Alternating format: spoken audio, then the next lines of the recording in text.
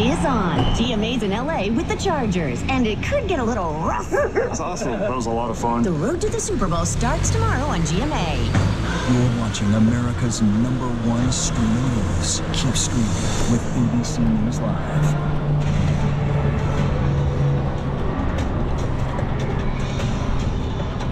Hi, I'm Diana Macedo. We have breaking news. The Supreme Court has issued 2 major rulings on immigration.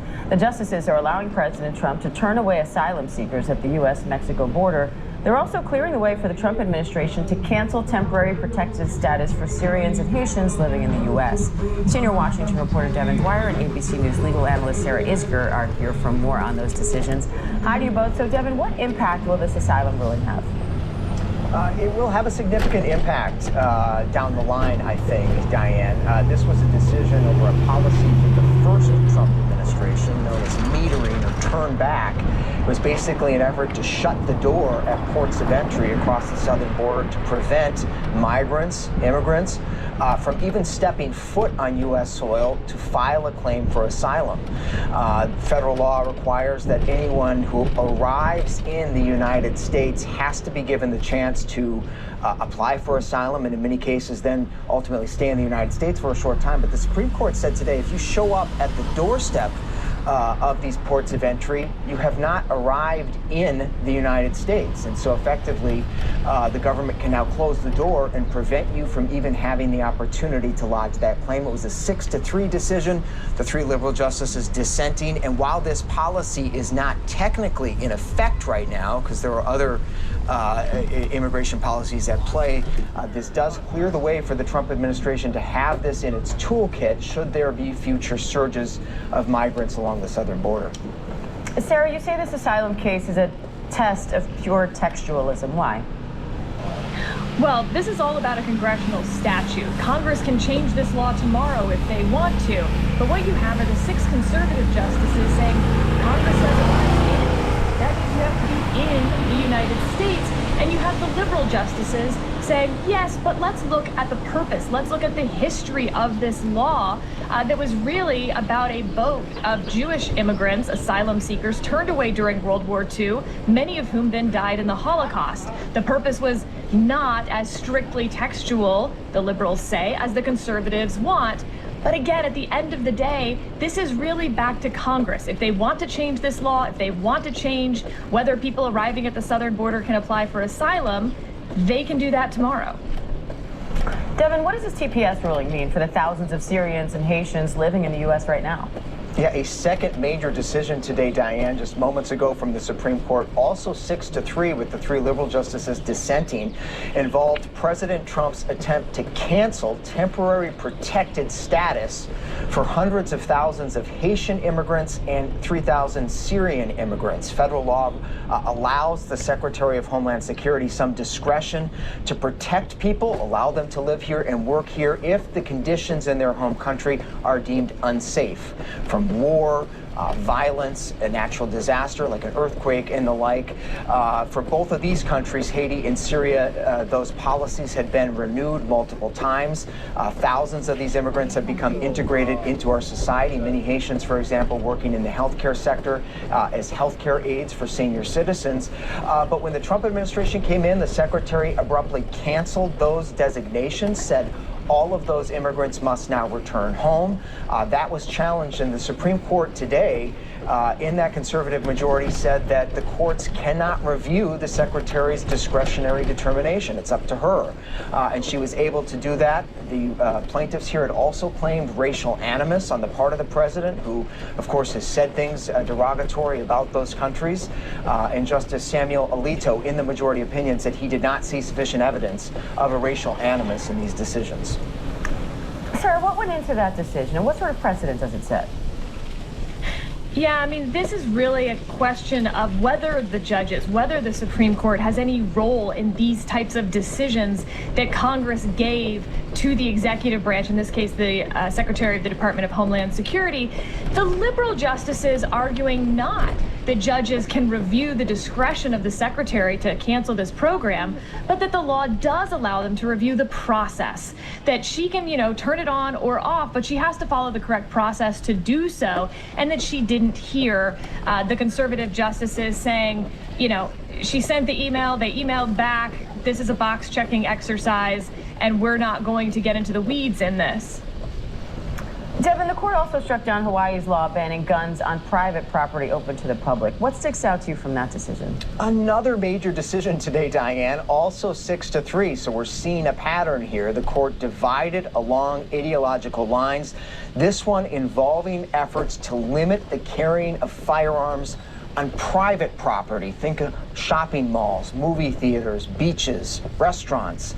A number of states, Hawaii among them, had passed laws making the default, making it a crime as a default to carry a weapon onto those private places unless you had the express permission of the owner. And what the court said today is that that arrangement is not consistent with the Second Amendment, and that while individual property owners can deny people from bringing guns onto their property, it's up to them to say guns are not wanted here, rather than the state to make that the law. So a very interesting setback for states like Hawaii, California, Maryland, New York, New Jersey, which had sought to take this step to restrict the carrying of weapons in places that are frequented by the public. Devin Dwyer, Sarah Isger, thank you.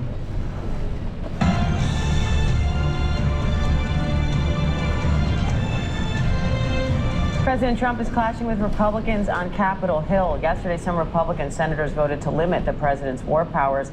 Then the president abruptly canceled plans to sign a major bipartisan housing bill. That led to a shouting match on the Hill, and now GOP leaders are scrambling to patch things up with the president. ABC's Karen Hua has the details.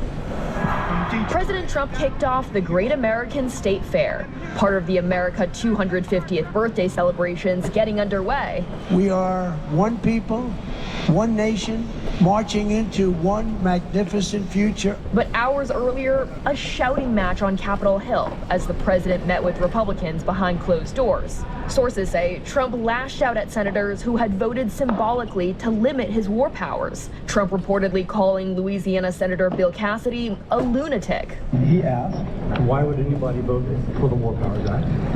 As he continued, I said, is that a rhetorical question, or would you like to really know? He said, I'd like to know. I stood and said, you have not told the American people what's going on. Cassidy, who recently lost his re-election bid, admits losing his temper. I'm not going to be bullied. I'm trying to get answers for the American people. The meeting was held after Trump abruptly canceled plans to sign a bipartisan affordable housing bill. We just passed something that we're all proud of. Trump blew it up. The bill would restrict Wall Street investors from buying single-family homes and would reduce red tape to make it easier to build new housing. Trump's own press secretary called it one of the most significant pieces of housing affordability legislation in American history. But Trump yesterday dismissed the issue as a matter of minor importance and demanded Congress first sign his voter ID bill, which would require Americans to show proof of citizenship to register to vote. That bill is stalled in the Senate. Trump also tackling another issue, gas prices. He's asking the Justice Department to investigate whether oil companies are price gouging, keeping prices at the pump high even as oil prices fall in the wake of the Iran peace deal. The oil prices have come down so much, and we are not seeing anything at the pump.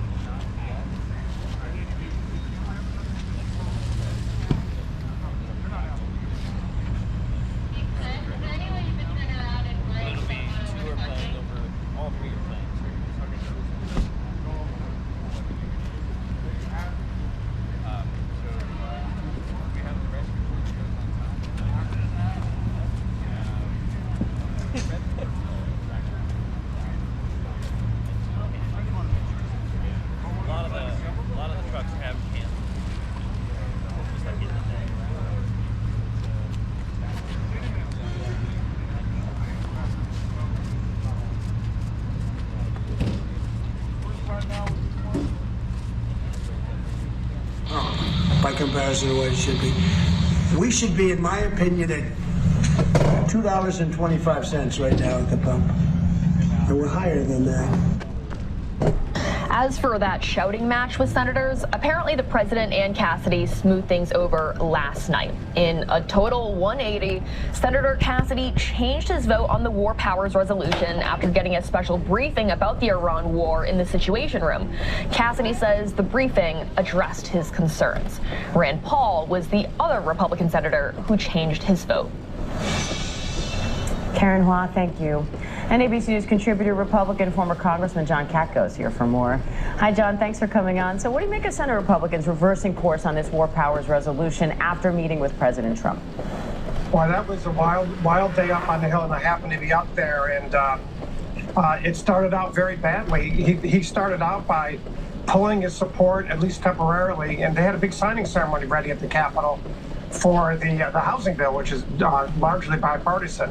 And then he went in and got in a brawl with the senators about the War Powers Resolution. So it seems like tempers were flaring. It seemed like some of the senators that had questions about the War Powers vote were briefed separately by members of the administration and were satisfied that they could change their vote.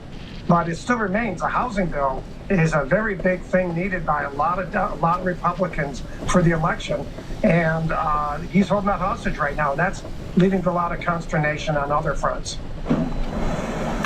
Now the president's refusing to sign the bipartisan housing bill until Congress passes the voter ID bill. Do you see any way that happens? Well, I just don't think the votes are there in the Senate. It would be a dramatic turn of events if some of the senators who are opposing the voter ID law then change their mind. And let's not forget, some of those senators, the president really kind of knifed in a primary and supported their opponents. And some of these senators are lame ducks, so there's really not a lot of sweat from them if they vote against it. But I think it's going to have tough sledding no matter what. The housing bill should eventually pass, but right now it's being held hostage because Trump very badly wants a voter ID bill. So why refuse to sign this housing bill? It seems like an easy win for him. Well, the ironic thing was that very morning in the White House, yesterday morning, they were touting the housing bill as a huge victory for the president, and he's wanted this for a long time.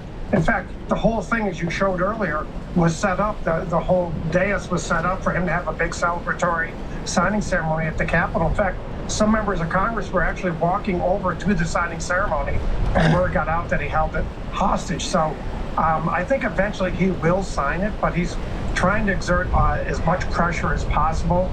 And I think it came out of left field. I think he just, as he often does, just goes on instinct and decides to let it rip with some of his conduct. So what are you watching for when President Trump meets with Speaker Johnson today?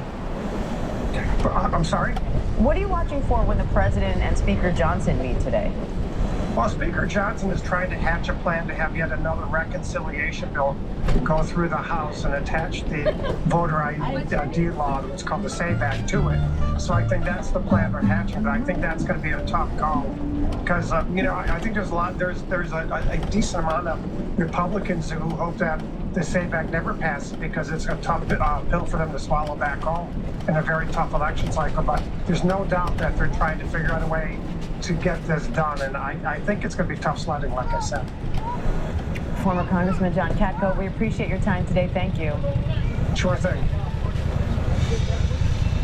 And a top Democrat is calling for a nationwide freeze on new AI data centers.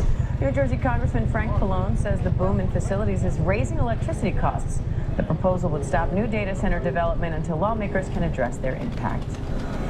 And an Ohio Police Department is issuing a warning after a would-be scammer picked the wrong target. That scammer claimed to be a police officer who had an arrest warrant, but the person he called turned out to be a real police officer. And now we're hearing that call. ABC News